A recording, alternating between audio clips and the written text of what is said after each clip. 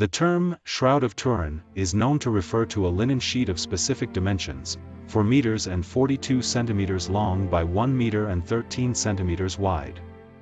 This particular sheet has been preserved in Turin since 1578.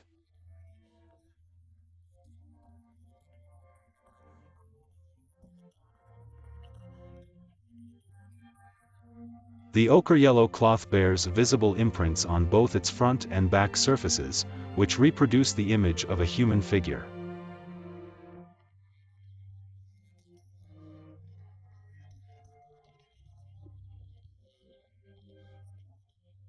The front image shows a face framed by long hair and a thick beard, with arms crossed over the pubis and legs extended.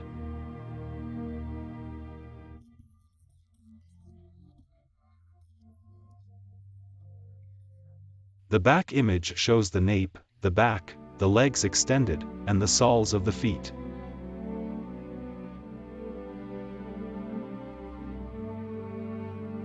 The shroud has undergone numerous vicissitudes throughout its history, leaving behind many signs and traces. 2 parallel black lines along the longer side of the shroud are indicative of burn marks caused by a fire that broke out in 1532. During the fire, the molten metal fell on the sheet and penetrated all the layers, destroying the fabric. This resulted in the symmetrical repetition of triangle-shaped holes along the black lines.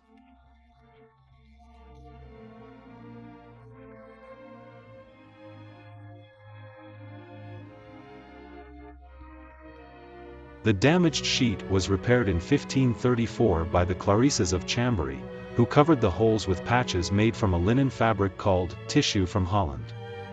The patches were removed in 2002 for conservation reasons, and a new supporting fabric was put in their place.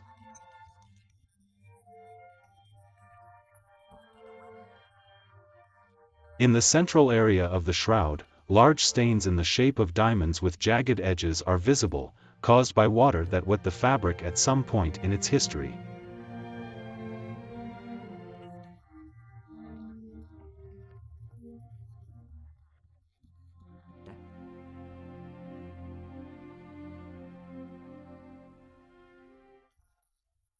There are also 4 groups of small, round burn marks, which are older than the Chambéry fire.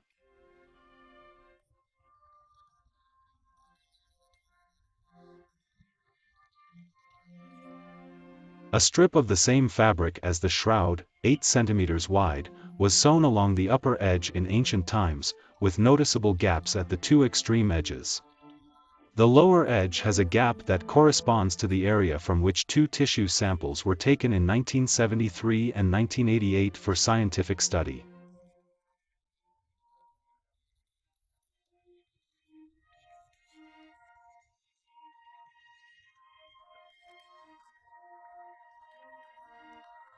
The shroud is made of fine linen, with a characteristic herringbone weave. The longitudinal strips, about 1 centimeter wide, are very evident when the fabric is illuminated with oblique light. On enlargement, the herringbone weave can be clearly recognized.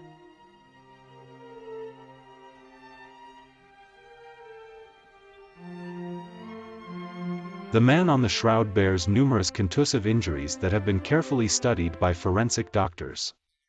The right side of his face appears more swollen than the left, with visible hematomas and contused lacerations.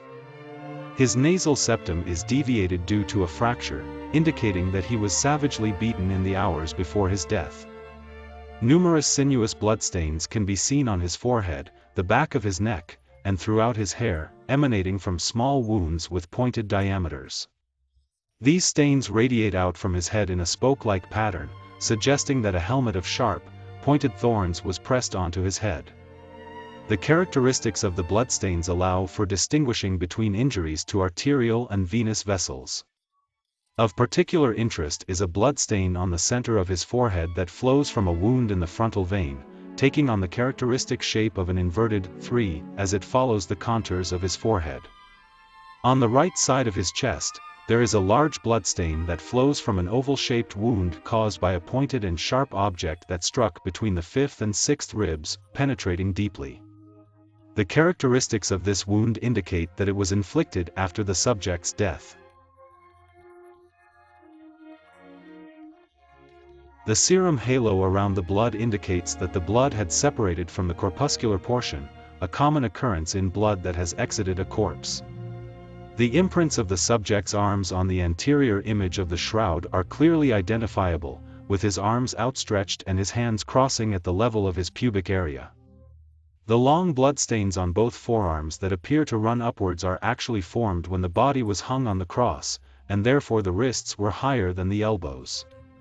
The characteristic bloodstain on the left wrist formed by two divergent streaks is particularly noteworthy as it indicates two different positions assumed by the condemned on the cross, one slumped and the other raised.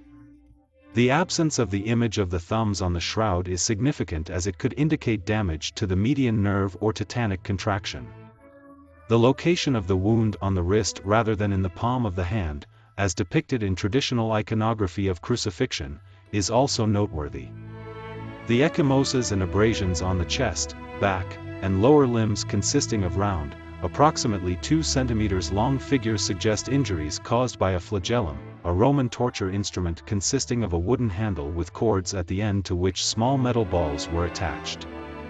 The punishment was inflicted on a bent back and naked body, causing over 100 such injuries. In conclusion, the detailed examination of the bloodstains and injuries on the subject's body provides valuable insights into the manner of his death and the torture he endured.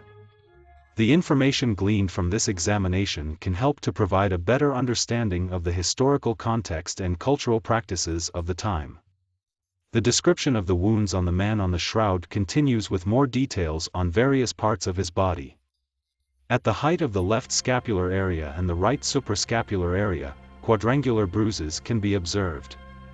These marks are believed to have been left by the patibulum, the horizontal beam of the cross that the condemned sometimes carried on himself to the place of execution. The object was likely heavy and rough, causing the bruises to be quadrangular in shape. Another notable feature is a transverse trickle of blood that crosses the entire back at the height of the kidneys. This blood flowed from the wound in the side and drained here when the corpse, once removed from the cross, was placed in a horizontal position. This observation provides further evidence that the man depicted on the shroud was indeed crucified. Moving to the lower limbs, both knees have abrasions that are most likely due to falls, as traces of soil have been identified in these areas as well as on the soles of the feet. The left knee was fixed in a more flexed position than the right due to cadaveric rigidity, resulting in the left limb appearing shorter in the image.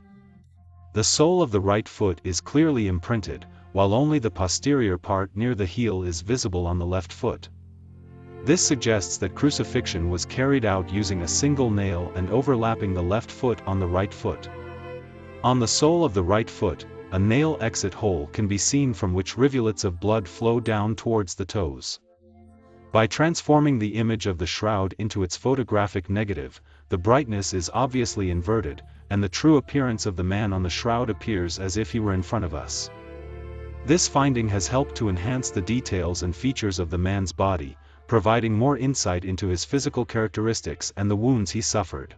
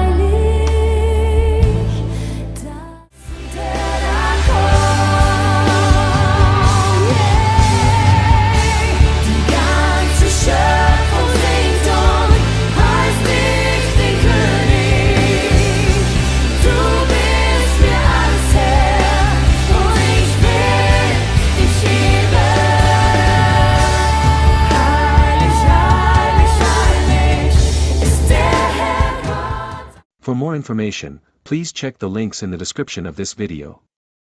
If you enjoyed it, please give it a like and subscribe. Blessings.